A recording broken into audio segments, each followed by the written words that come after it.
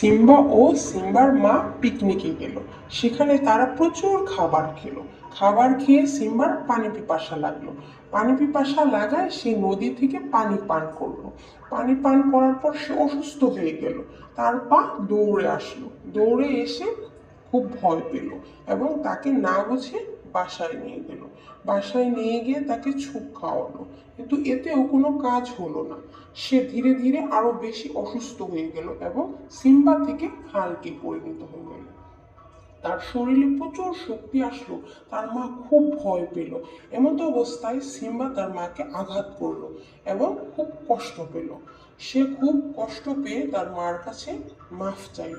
মাফ চাওয়ার পরেও তার মা তাকে শিকল দিয়ে বেঁধে রাখলো। এই খবর যাওয়ার পরে সৈনিক আসলো। সৈনিক এসে সিম্বাকে মারতে চাইল। মারতে চাওয়াতে মা সৈনিকদের আঘাত করলো, কিন্তু সেই আঘাতে সিম্বা আরো রাগান্বিত হয়ে গেল। রাগান্বিত হয়ে গিয়ে সৈনিকদের খুব মার দিল, এমন মার দিল, মেরে মেরে তক্তা বানিয়ে বাড়ি থেকে বের করে দিল। তারপর সিম্বার মা চিন্তা করলো, ওকে আঘাত করে নয়, ওকে মায়া করে ভালোবাসা দিয়ে বুকে আগলে রাখবে।